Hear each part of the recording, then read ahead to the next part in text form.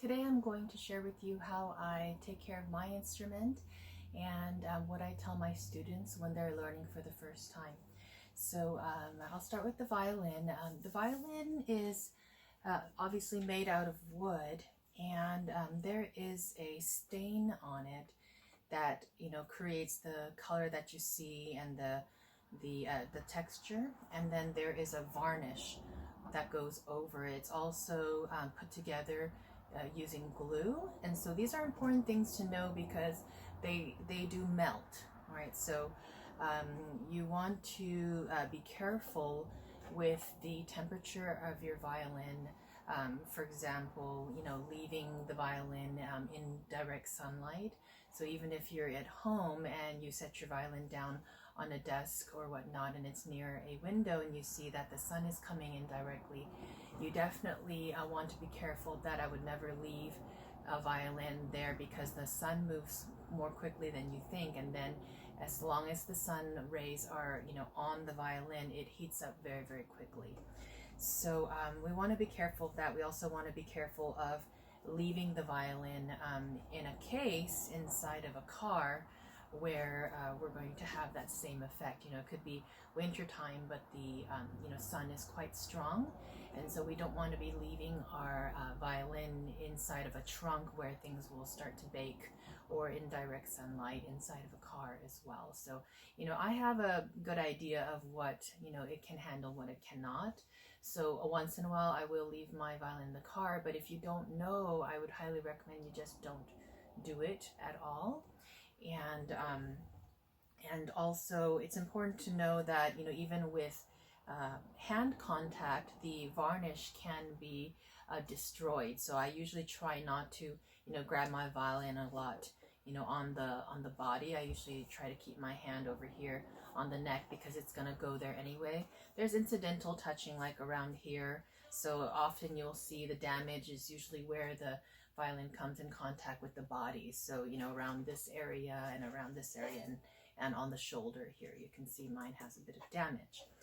So also important to know is that the rosin that you put on your bow will kind of cloud up, and it will settle down onto the violin, and that's also very harmful for the varnish. So when I play, I always wipe it. So here's my rosin cloth. It is a cloth that's meant for violins or string instruments. Because of the material, it actually picks up dust.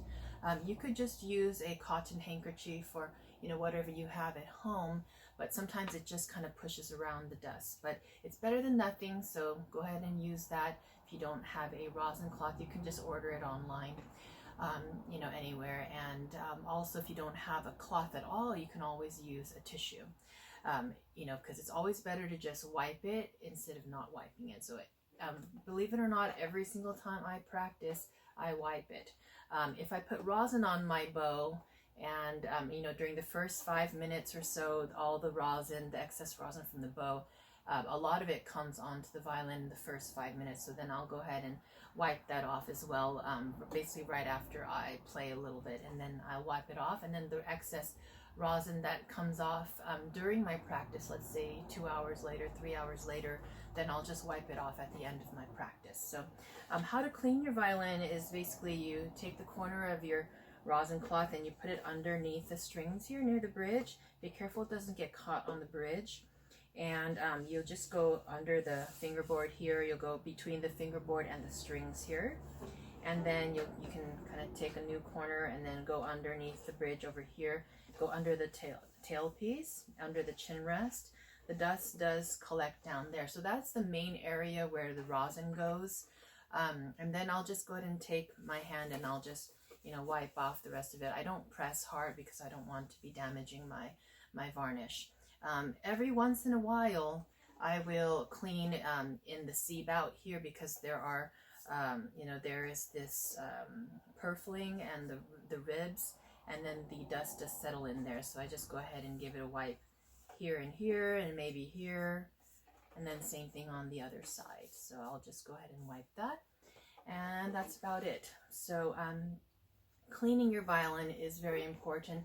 If I see rosin, I'm going to wipe it off right away. So the other thing to know is that there are parts of your violin that are actually not glued on. For example, the bridge, it's just sitting there. There's nothing keeping it there except for the pounds of pressure that the strings, put on. So by tightening the string, we're actually putting a lot of pressure on it. And so if the strings were loosened or came off, then the bridge would just fall off and come off. Also, there is a sound post underneath.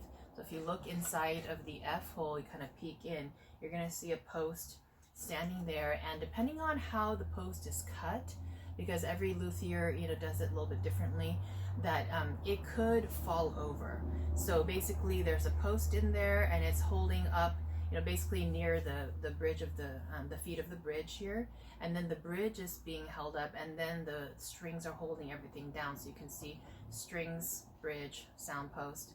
Usually the sound post won't topple over because it's cut that way to support, but you never know. I have seen some of them rolling around in there when the strings are off. So so that's super important to know. And so even, let's say if you have your violin in the case and then you might bump the case, especially in fractional size instruments, I see the bridge moves around quite a lot.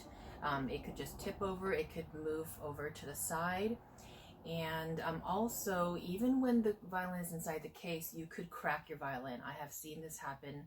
So, you might have a huge crack going down the top of the violin. And cracks that are in certain areas of your violin are very, very detrimental to the value of your violin and also to the sound of your violin. They can be repaired. The repairs are somewhat expensive as well. So depending on where the crack is, there could be, quite a bit of trouble there. Yeah, and then that's basically it. So as far as the, just one more thing about storage. I usually warn families if they have pets in the house and if they have small children to not leave their violin laying around. If you need to practice every day, so obviously you probably need to put your violin down somewhere. So find like a desk or a bookshelf or somewhere up high where, a bureau or something where you can just set your violin and bow down. Let's say if you have to go take a quick break or a quick snack, then you're set it down somewhere and you can, rest assured that it's okay, or just put it directly back into your violin case. So I also wouldn't recommend hanging your violin on a stand in any way, even if you have a contraption. I never use those violin hanging devices because my violin is just too precious to me. I would not be hanging it anywhere. Some people like it and it's fine. If you have it out of the way in the corner, if you find it's easier that way for you, everybody's different. But if you have a very fine instrument, it's worth a lot and you don't really want to be hanging it anywhere. So let me go on